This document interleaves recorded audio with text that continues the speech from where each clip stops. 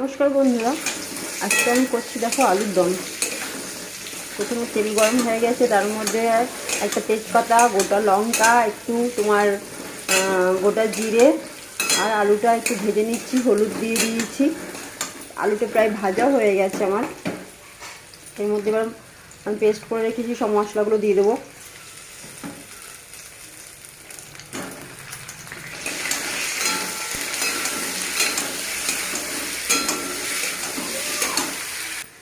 এর মধ্যে জিরে গুঁড়ো, ধনে গুঁড়ো দিয়ে দিয়েছি, স্বাদ অনুযায়ী লবণও করে দিয়ে দিয়েছি। আমার দেওয়া হয়ে গেছে কমপ্লিট। এবার একটু মশলাটা নাড়িয়ে চাড়িয়ে নেব, ভালো করে ভাজা ভাজা হয়ে যাবে।